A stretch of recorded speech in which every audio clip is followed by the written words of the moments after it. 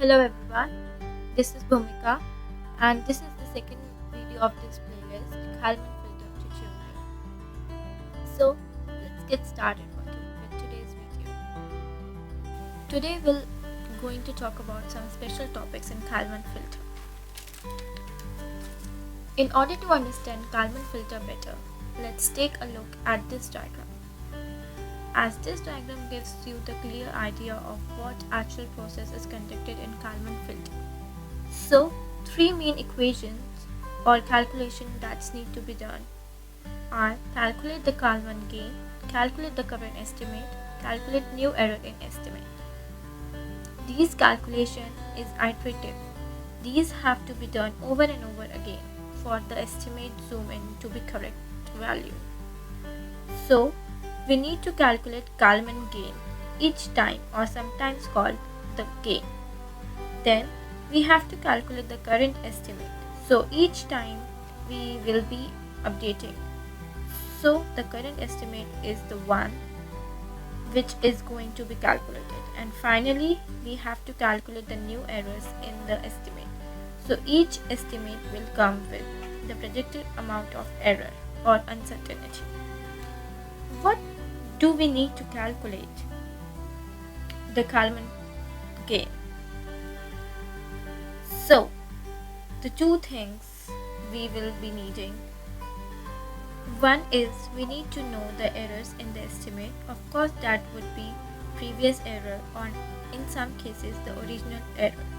Secondly, we also need in the data inputs because we are going to get regular data inputs. Each time the data input comes, we need to understand uncertainty or the errors in the data. So, both of these errors in estimate and the error in the data measurement feed into the calculation came up with the gain.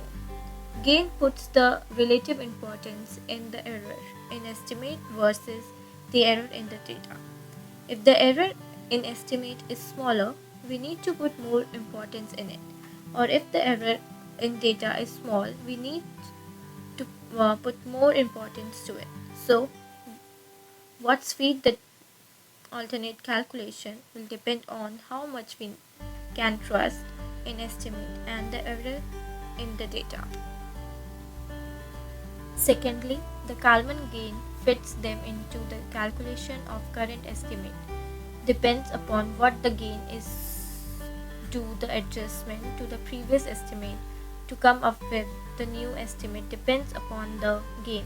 Besides the gain, it also depends upon the previous estimate. So that means whatever error we calculate, now on the next iteration when we collect new data, when new data comes in, then use the previous estimate, then recalculate the new estimate, so that feeds back in on itself. So we need the previous estimate that we calculated before, and for the first time of course we will use the original estimate.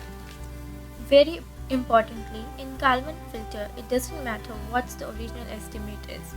We can always put in any random values and the Kalman filter very quickly zeroes in all the true values.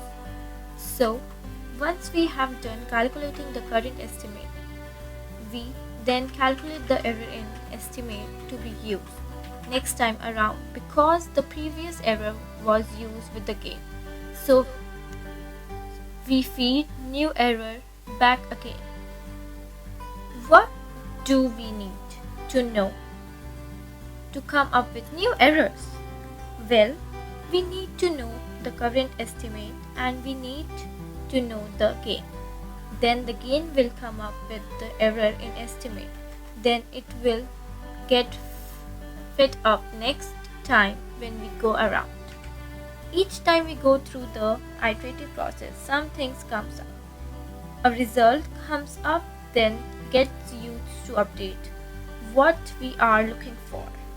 If we want to track satellite, we get better readings on where those are out and how fast it is moving Or if we are tracking the fighter plane or jet and our radar tries to lock in uh, to that plane, we get the better feeds on how far is that and how fast is it moving. And this updates estimate should take us close to the actual value, as that's how the Kalman filter works. So I guess this diagrams helps a lot in understanding how the Kalman filter works. And this is all for this video. Thank you for watching.